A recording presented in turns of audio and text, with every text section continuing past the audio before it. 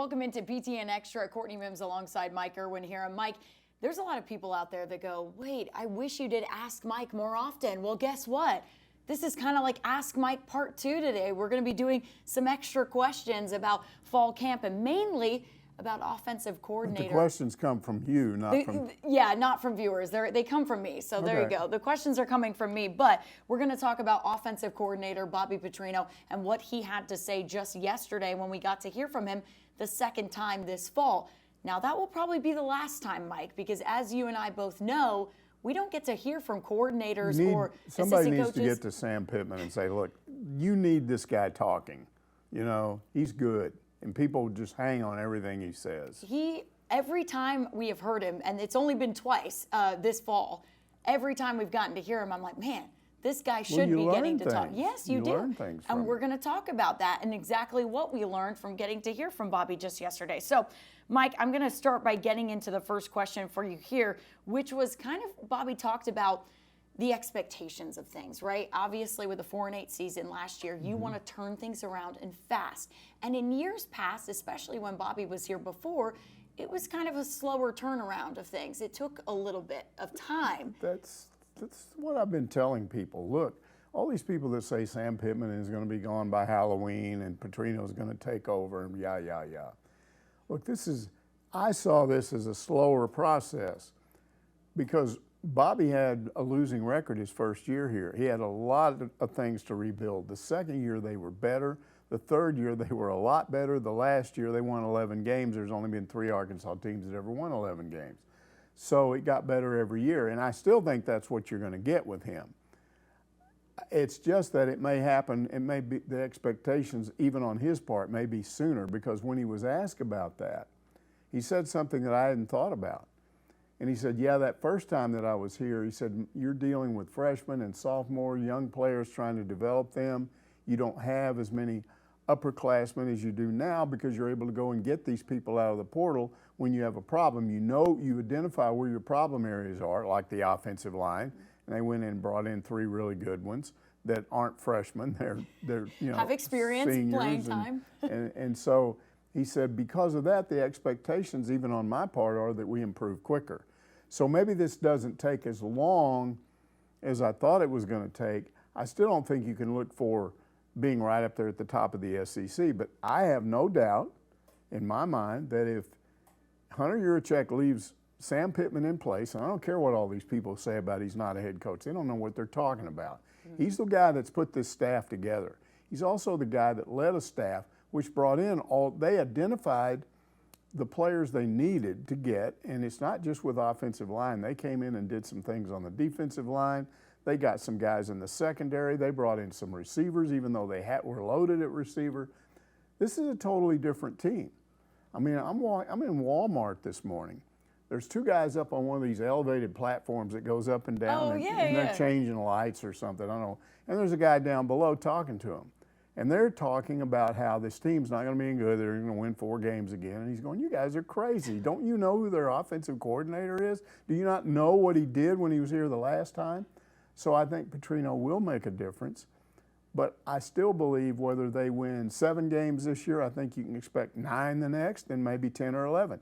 If they leave him in place as the offensive coordinator, if Travis Williams stays here as the defensive coordinator, this team is going to be competing at the top of the SEC. I believe that because those guys are that good and they're starting to recruit. Now, they're behind in recruiting because of where they were. Yeah. But if you look at where they should be based on winning 4 games last year and where they are now, and then go look at their recruiting for 2026, 2 years down the road, it's looking even better. Yeah. I mean, they're up in top 4 or 5 right now in the SEC. So. Yeah, and we were talking about it on Ask Mike, and again, shameless plug, go watch Ask Mike this week because we had a great conversation about people want to play, or players want to play for Sam Pittman. They want to play for Travis Williams. They want to play for Bobby Petrino. You mentioned that video of the guys going up to the camera saying, what's your favorite Sam Pittman saying? If you think, based on last year, because there was dissension, that they're all mad at Sam Pittman and want him gone, you're out of your mind. These guys like him. Yeah. He's a player's coach. He was before. The only time this guy's really had issues was last year. You can go back to 2022, and KJ got hurt, and missed about 4 games, and every game he missed, they lost. Oh. But that didn't mean the season was just worthless. And so you're really talking about one bad year that he's rebounding from, and I think he's going to stay here for 2 or 3, 4 more years. I know you think that, yeah. And then I think this staff, if this staff stays intact, they're going to be really good. I think he definitely needs to have a decent season to stay here. I think if you go in and you only win 4 games, I don't see how he stays, Mike. I just don't know how they just win 4 games. Mike, I want to go into some of the things you talked about there a little bit deeper on what Bobby Petrino said. One of the things you mentioned was the offensive line, and Bobby also mentioned the offensive line in depth in what he talked about yesterday. I thought it was interesting that he kind of said that he was a little bit shocked, you know, going from how they did in spring to how they started fall. He was a little bit shocked that they were a little bit behind on some things, but they've been doing better over the past few weeks, and that probably is because Patrick Kudus is back now. He's doing some things, dealing with that back injury. He missed 14 practices over fall, so now he is back. But Marion Harris emerging at that left guard position, you're manufacturing some depth there. Yeah, this is one of the things that's caused the grumbling to start back up again, because when Sam Pittman just said it wasn't a very good practice from an offensive standpoint, he was disappointed. And now Petrino's saying that. He's acknowledging. It was kind of surprising to me that we finished the spring so strong, and then we come back out and right off the bat, it looks like the defense has the edge on us. Let me explain that 2 ways. Number one, I call it the Travis Williams effect. They are better on defense. They are a lot better. That D-line is a lot better. The linebackers are good.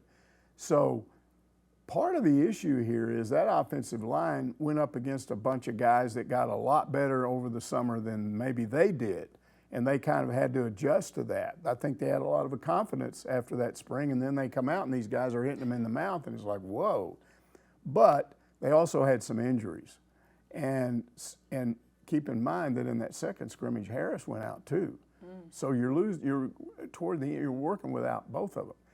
Then finally, there's some things about that scrimmage, and you may want to ask me about that. Yeah, we're going to talk about that next. Were a little bit misleading. But Bob, you're right. But Petrino did say in this interview, he said, we after that scrimmage, ever since then, I think maybe it woke them up a little bit. Yeah. But he also said what's been helped, and this is the other thing that you have to explain to people. And he already said this. In that scrimmage, he was taking his whole playbook that they had worked on and just trying all of it to see what works and what doesn't work. Well, when you do that, you're going to have a lot of plays that don't work. And he's making note of that and going, okay, we're not ready to do that yet. That's not a good Taylon Green play. This is a good Taylon Green play. So they made some adjustments, and so now what they're doing, and he was excited about it, and the players were, is we're working on our game stuff. The stuff we're doing now, they know you're going to run that in the game.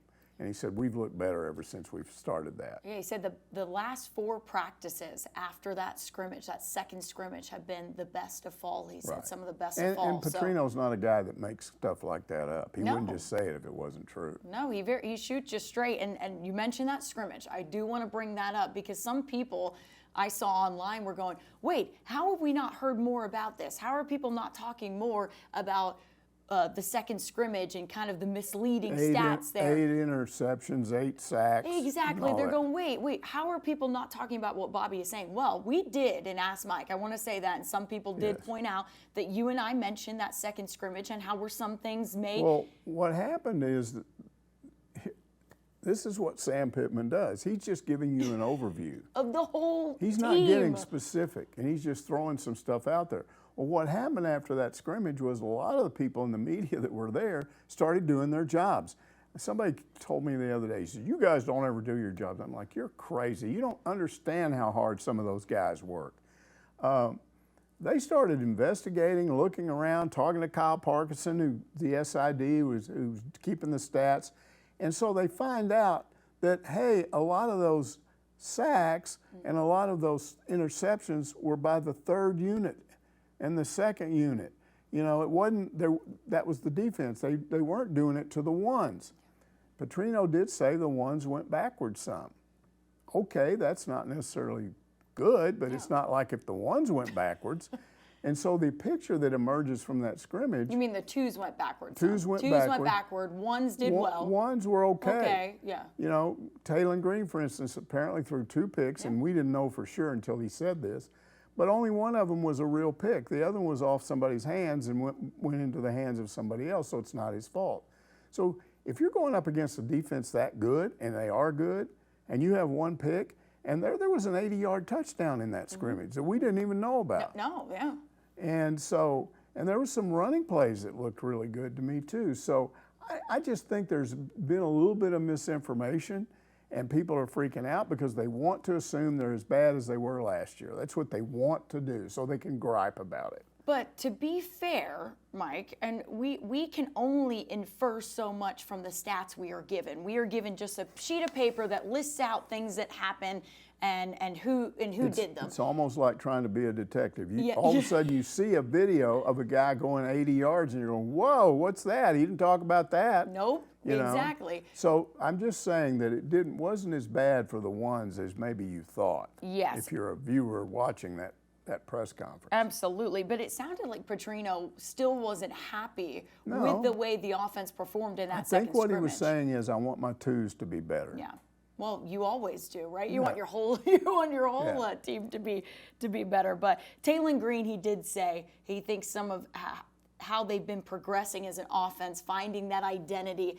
Taylor Green's been getting better. Oh, he really likes him, and he said the biggest problem he's had when I got him, he's a 6'6" guy who had a low arm slot that turned him into a 6'2" guy. And he said, I've spent all this time convincing him, don't throw the ball like this. Get it up here to use your height, because he can see. Now he needs to get it up where it doesn't get batted down at the line of scrimmage. Tipped, you know, as that pass was. So, and again, we keep talking about this. I don't know if it'll happen or not, but there's this rumor that Taylor Green's already told people he might come back because he likes the way he's being developed. And he wants to go to the NFL, but he wants to be ready when he goes to the NFL. And we'll see how fast he progresses. I mean, that's the big question for all of us. We can talk all day long about this stuff, but until you see what happens, you can't really analyze correctly, I don't think. The biggest problem in August camp is it's all speculation. Everything. I mean, you can base it on some things you see and maybe some things you hear about, but until you play a real opponent, and really more than one, like you got to go to Oklahoma State and see how that goes, and then you're playing the Aggies and some other tough teams early on. But I just think he's really happy with the way Taylor Green has progressed, and I think he's happy with the way he's absorbed the mental part of it and the way he's learned. Yeah, absolutely. He said he's been more accurate. Well, and think about when people say there's no difference in this team, and I'm not trying to disrespect KJ, but what you had last year at this time was a quarterback, KJ Jefferson, that was mad at the offensive coordinator because he thought he didn't know what he was doing. And guess what? He was right. Yeah. The stuff they were doing was wrong. It wasn't working. Yeah. We saw in some of those scrimmages, just the early play, it wasn't a scrimmage, but in some of the 7-on-7 stuff that we saw early on, we saw all those screen passes that didn't work and all those guys trying to go around and attack the edges, and those slow developing plays didn't work. Yep. And then you get into the season and it doesn't work. Well, it's a totally different approach now. Absolutely, and that is the Bobby Petrino approach, which we've been talking about this entire time. Someone else I want to mention who's getting better and better and better and looking better as fall progresses is Luke Haas. Yeah, he really likes him, and he talked about what he brings to the table. What he brings to the table, first of all, to me, is his hands. Mm-hmm. He's got really good hands, but Bobby said he's got body control. In other words, if the pass is a little bit off, your ability to adjust your body, especially with a bigger athlete, not a smaller receiver, but a bigger tight end, adjust your body so you can make a catch. And then he said where he's really improved, and this is always what Petrino wants from anybody that catches the ball from him, it's all about running the precise route. Because when you design a play as an offensive coordinator, it's designed to work if everybody runs those routes correctly. When they run them loose, when they make a little looping turn, then a sharp turn, when you're in the wrong place, then it messes the quarterback up. he said he's really gotten better at running routes. And we knew he was good before. Got wide open last year before he got hurt more often than not. Yeah. So I'm looking forward to seeing what he can do. Yeah, and I forget all the time, he was a freshman last year. I mean, a freshman. I mean, those guys, I mean, they are getting better and better and better. I mean, you look at him last year to him now, he's even put on some weight. He looks good. Yeah. I mean, I definitely think we're going to see good things. If he can stay healthy this year, I'm excited to see him. But Ty Washington in that tight ends room as well. I mean, he's a pretty solid backup. Bobby said, I didn't know anything about him because he didn't go through the spring because he was hurt. He said, he's amazing. He's big and physical, runs good routes, has good hands. We knew all of that about him. He had that one bowl game as a true freshman where he caught a touchdown pass, and honestly, that helped him win the game. And then last year, he was really looking good, and then all of a sudden, hurt. Yeah, and him and Haz went through their injury recovery together. Yeah. So he said, I'm really happy with him. I didn't even know anything about him. And then I started watching this guy and going, whoa, this guy's good too. We're two really good tight ends. Yeah. And then the other thing that Bobby Petrino mentioned, besides the players that he talked about and the offensive line, that in-helmet game communication that's going to happen this year, and that they're working out some of the kinks with it. Our Jacob Morris actually asked him about how he feels about that going into the season. Well, remember when on Ask Mike on Monday of this week when we talked about the iPad and the use of iPads, and I said at that time, this is a new technology, and the coaches that use it better are going to have an advantage over those that don't. Well, it's the same thing with this in-helmet communication.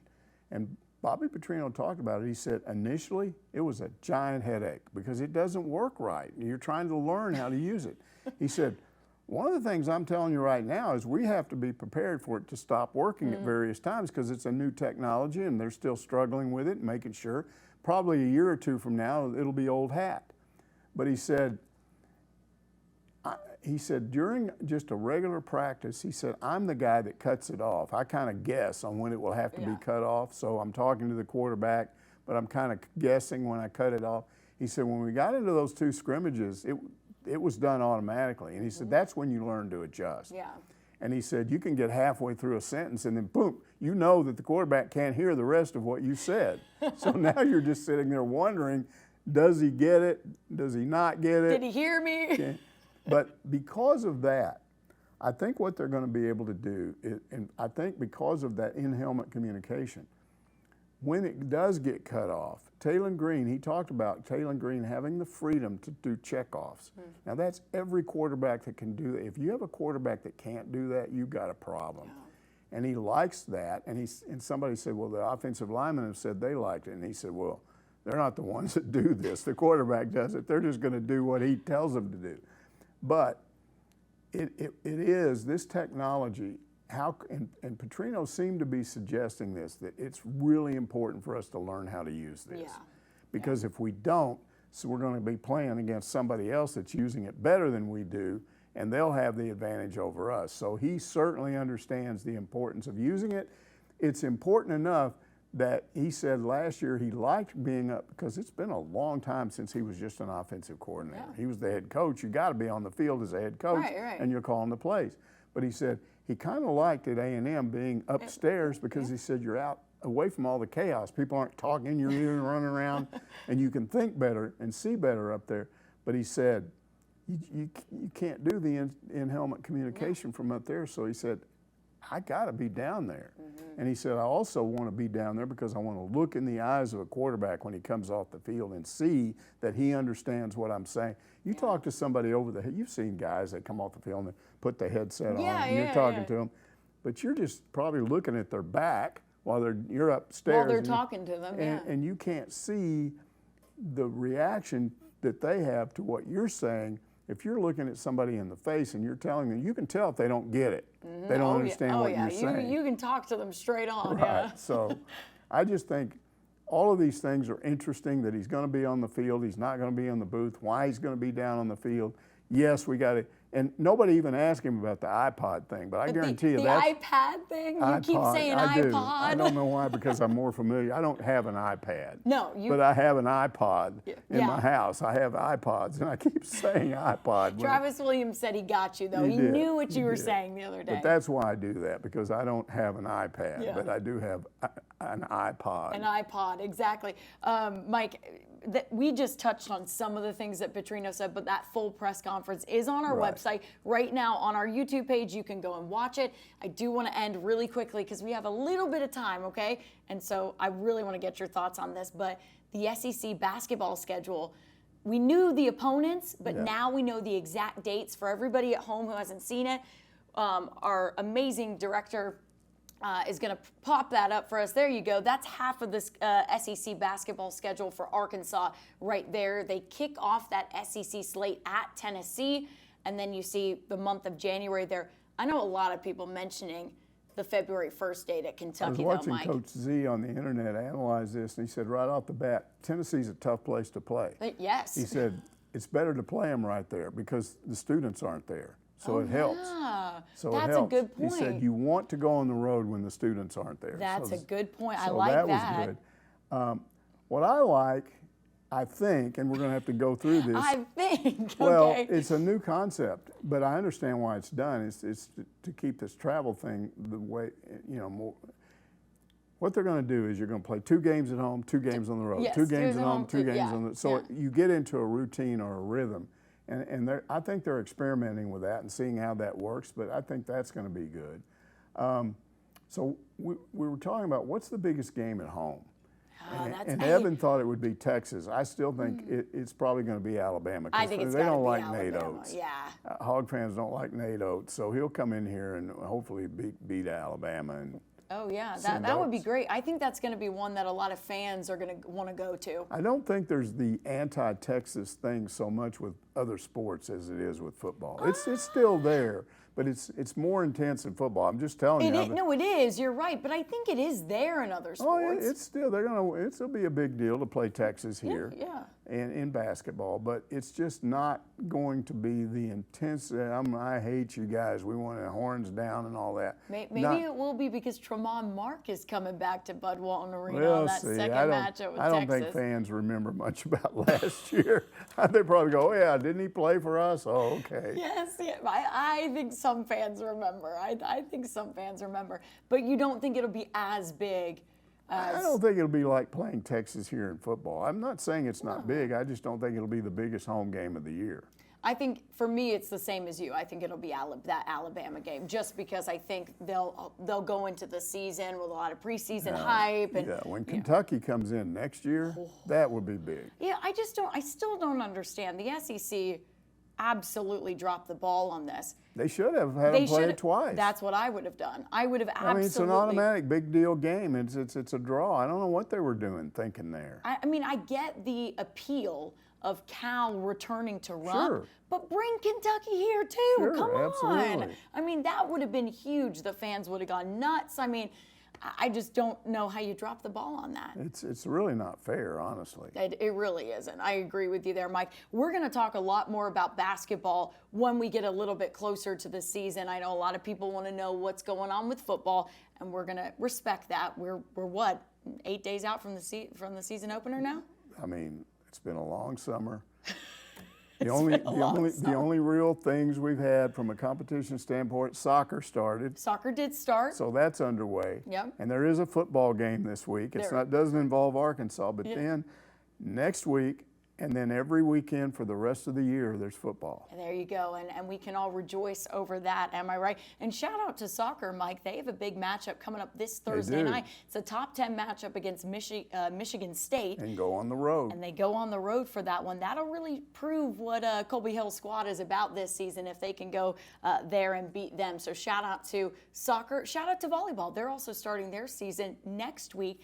They're ranked right now in the preseason number 19, so in the that's top good. 20. And then soccer is ranked number 9 this week, I believe. So look, if you want to support other teams other than football, you have some ranked teams to support there too for the Hogs. That's going to do it though for this week's PTN Extra. We'll see you next Wednesday to talk about more Arkansas sports.